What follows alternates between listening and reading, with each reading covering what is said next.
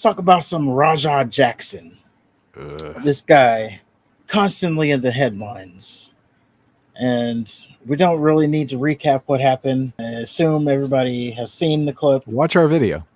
Yeah, you can go watch our video if you want to get immediate reactions, because we just saw it. Yeah, we saw it like 30 minutes after it happened, so we didn't even know the names of the people. We knew nothing. But there were people who had more time to see what happened, and they had their takes. And boy, they were some bad takes. Mainly, I'm talking about one RVD and Mark Henry. So we start with RVD. He simply puts out a tweet that says, "So far, I have Rajah's back." That was the tweet. So it was like a promotion for his podcast. Like, oh, watch the podcast tomorrow. So far, I have Rajah's back. Now, it was such a sensitive subject of having Rajah's back. So he takes to his podcast and he then goes and gives his take. I want to start out by saying best wishes to fucking Psycho Stu Smith. Yes, absolutely. Right? Absolutely. Hopefully he will regain his health and do it quickly. That's a shame. He definitely didn't deserve what happened to him.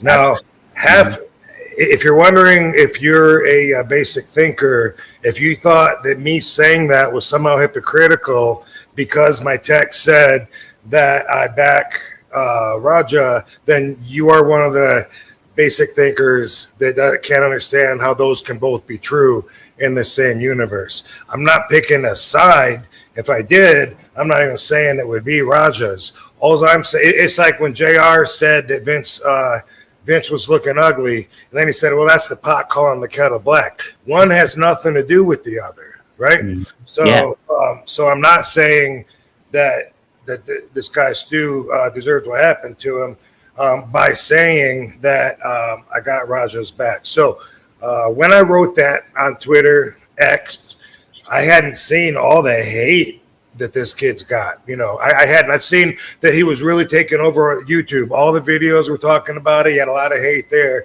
but I hadn't seen like all the comments. And I don't think that would have changed, you know, because when I watched everything, and when I say that I have his back, I'm not saying I'm going to stand back to back and fight a crowd of fucking a million people that are trying to lynch him. What I'm saying is I see the pathway that he took that led to what happened.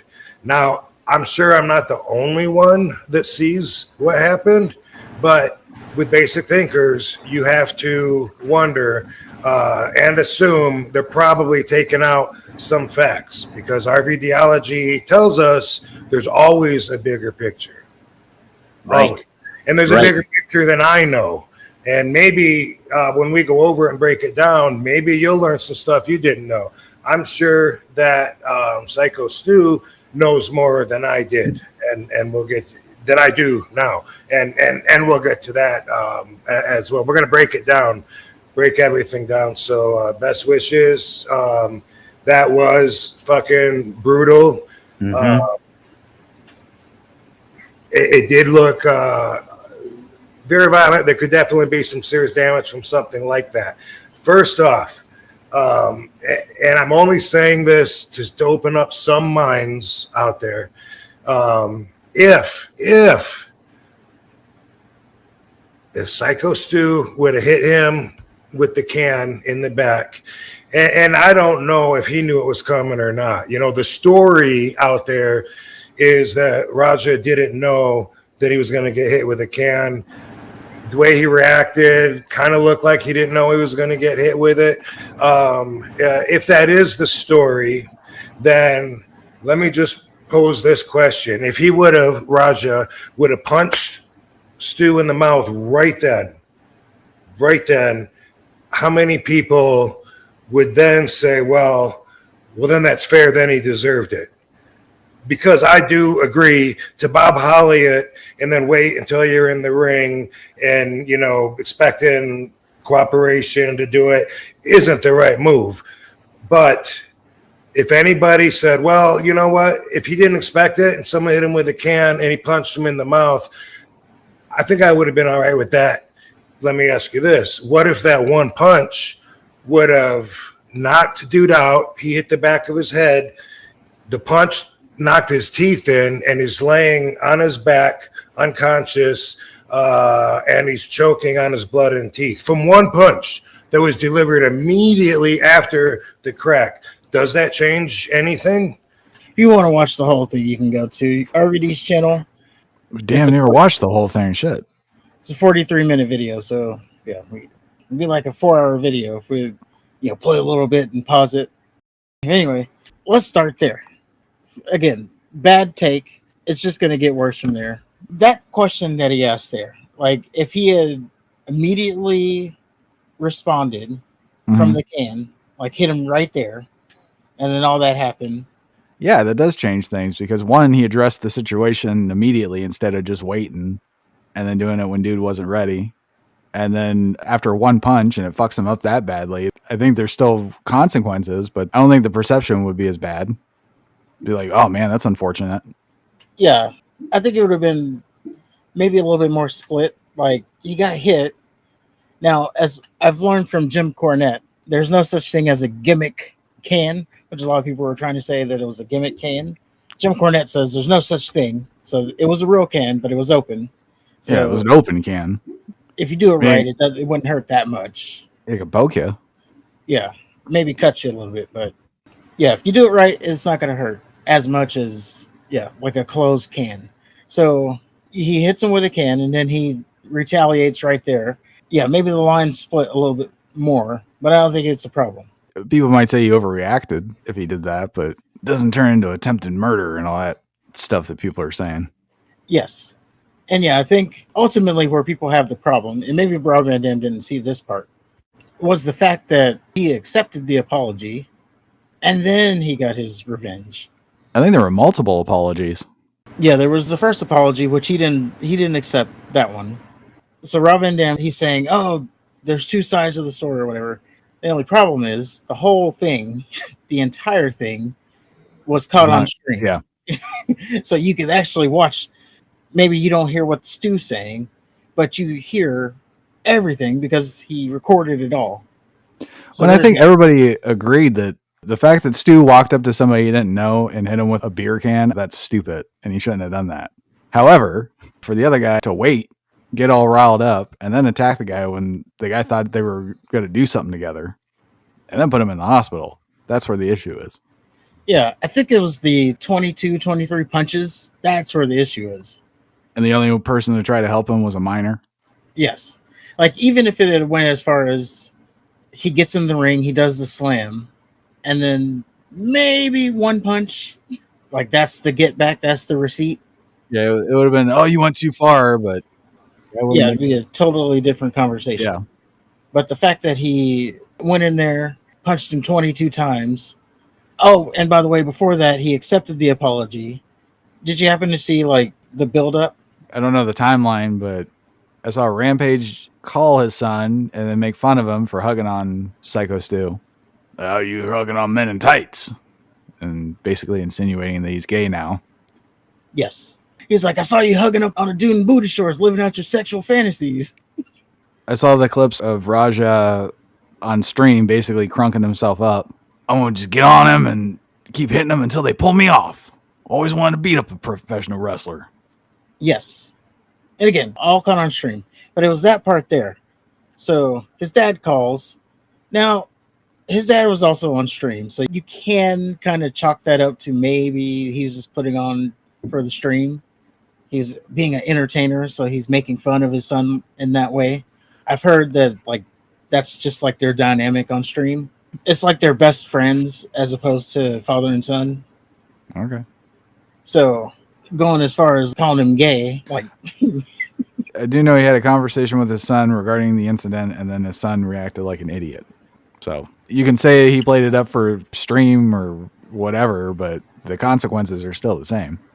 Yeah, but then while he's waiting for his cue, because they even told him, you can hear the promoter outside, and this is when he accepted the apology. The promoter says, we'll have you run into his match later. You get your get back.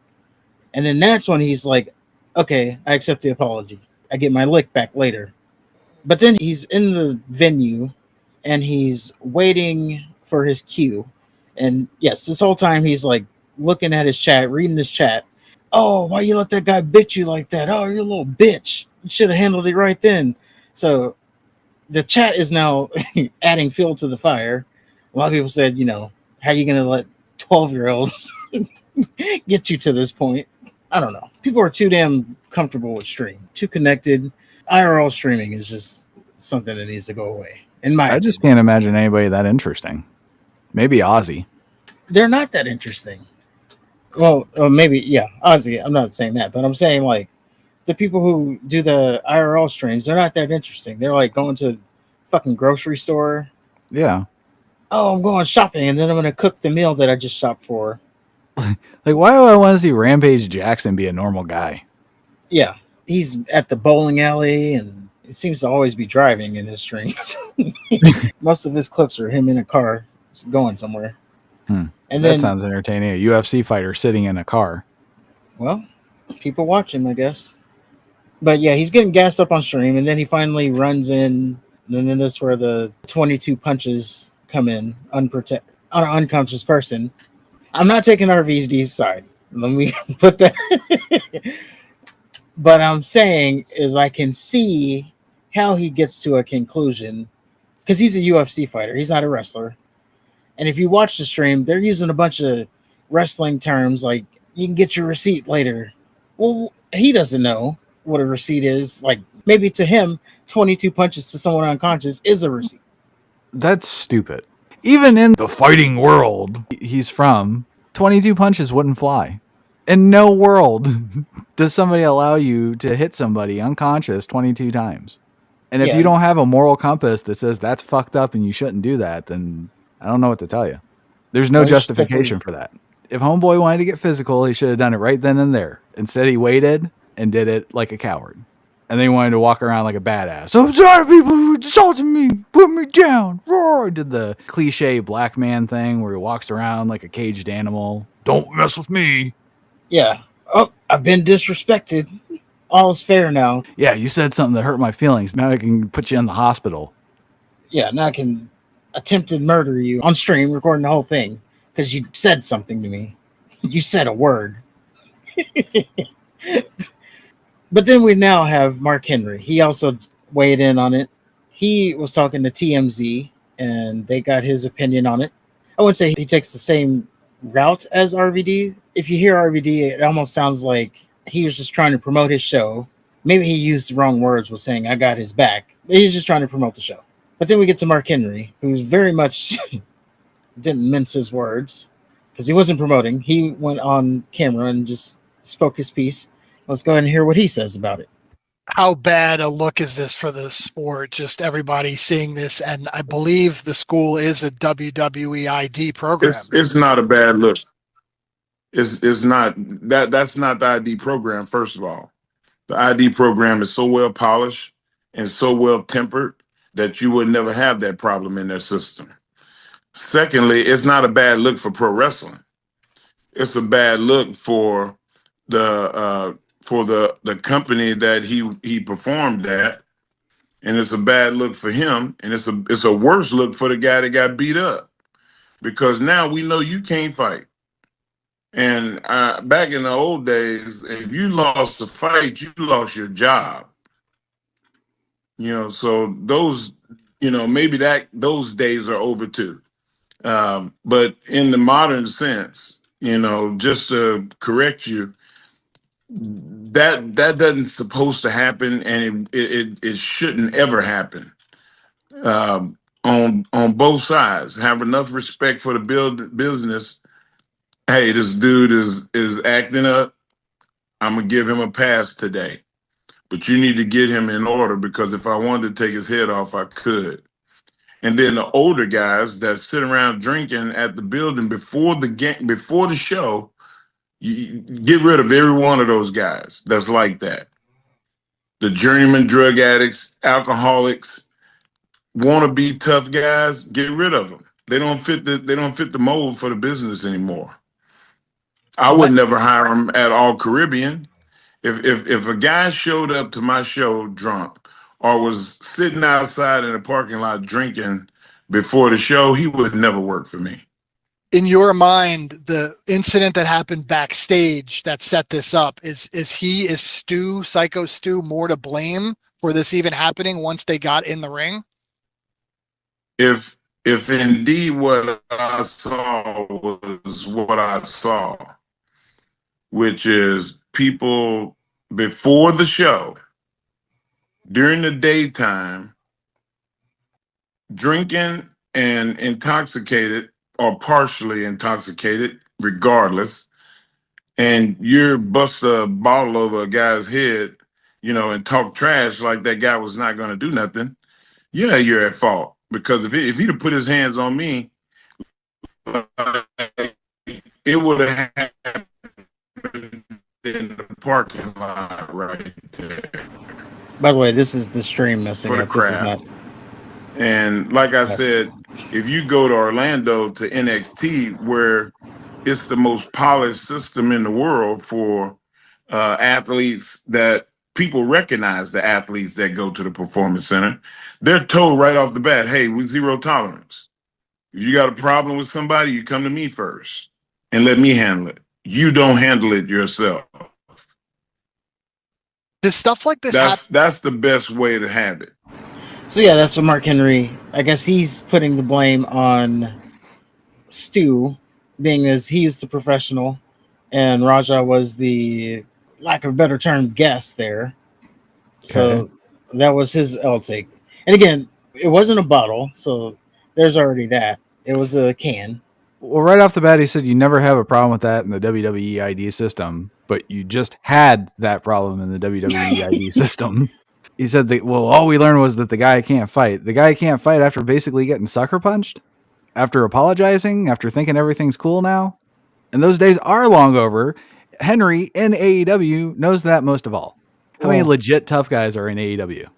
Maybe 3 at max. Well, I mean, 4. I forgot Mike Bailey, who's a black belt who can apparently take down anybody. I agree with him with the stopping and firing all the idiots that were drinking. I get that. Henry called it a bottle. It's a can. He needs to stop gaslighting. Yeah, that makes it sound a lot worse. Oh, he busted a bottle over his head. Yeah. First of all, it was an open can. Now, and Henry himself said he would have handled it right then and there. And yes. which is, if Raja was that up in his feelings about it, he should have handled it right then and there. But instead, he waited. He accepted an apology. He went through whatever communication he went through with Knox Pro about getting involved in Stu's match. He attacked Stu from behind when Stu thought that they were actually going to do something wrestling related.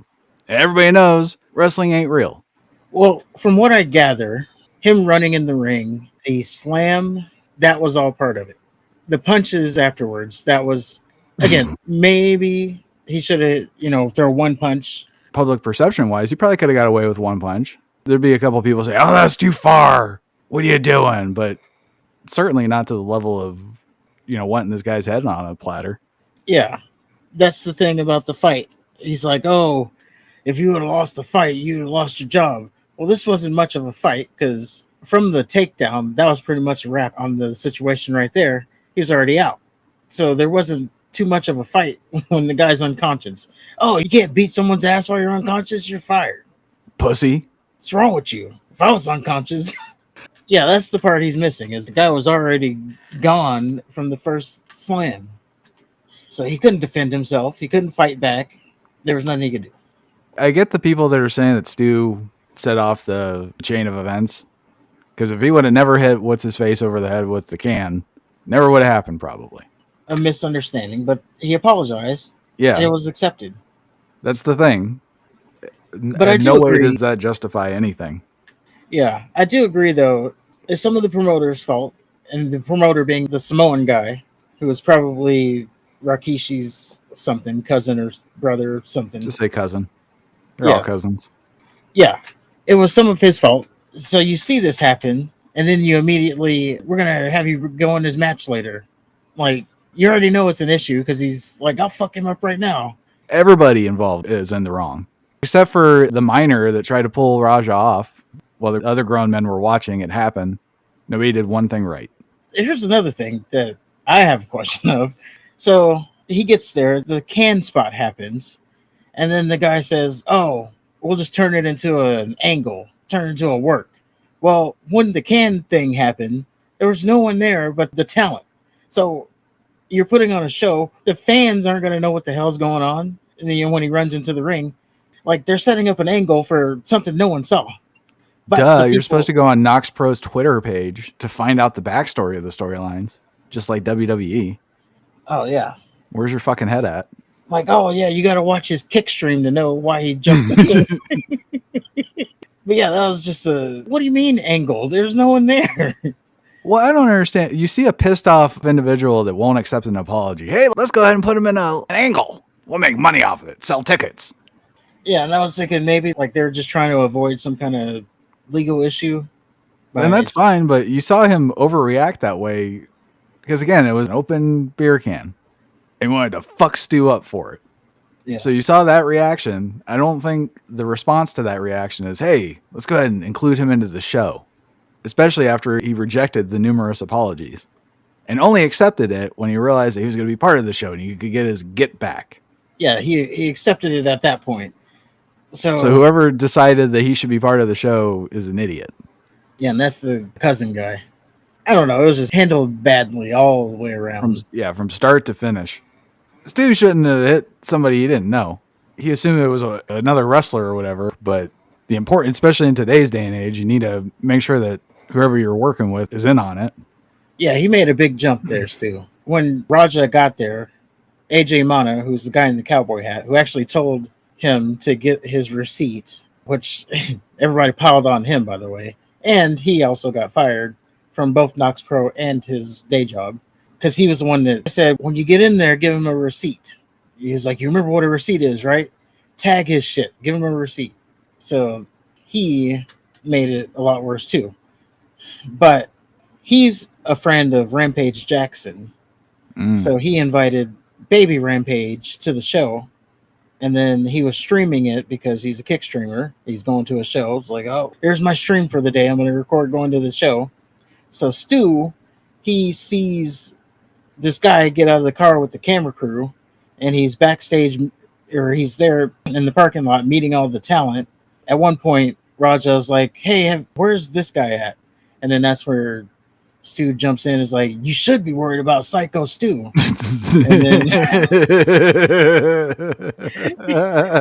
And he's like, who? Yeah, he just gets confused because he sees the guy get out with the camera. He's looking and he's like, oh, okay, he's working. So he takes the can and hits him in the head with it. So basically, Stu went into business for himself because he thought he was creating an angle. That makes sense. I would have asked who the fuck these people are with the cameras. Yeah, that should have been the first question. Yeah, why are there cameras here? Well, my dick was swinging. Yes, that's what they should have really been worried about. Or they're doing something they shouldn't be doing. They're going to be shooting up steroids back there. Yeah, so Stu was definitely in the wrong, but Raja was 100% in the wrong as well. Nobody was right. Except for the minor, and there's an actual man that came out later that was able to restrain Raja. Who tried to double leg take down him too. Yeah, I don't have his name, but it's the Mohawk guy. He has pink or red hair. His response was epic. He was like, he tried to leg take down on me, but he's a fucking pussy and he can't. Yeah, when somebody was ready for it, Raja didn't have anywhere to go there. Yeah. Mm-hmm. I think that's when you lose the argument too, because he started fighting with the other dude. Like anybody just like trying to remotely see Raja's point is wrong. Because it'd be one thing, like, okay, yeah, you're mad at Stu. You want to get Stu for knocking you upside the head with the open can, disrespecting you. You got to stand on business. But then you're fighting with other people. Yeah, you're getting pulled off. You go back and you try to get some more licks in. You're fighting with everybody there. And then you're outside talking about, I'm tired of everybody calling me bitch and shit. Well, don't act like a bitch and you won't be called a bitch. You can't say, I'm tired of being a bitch when you just did the ultimate bitch move. Right. Yeah, it made it 10 times worse on you.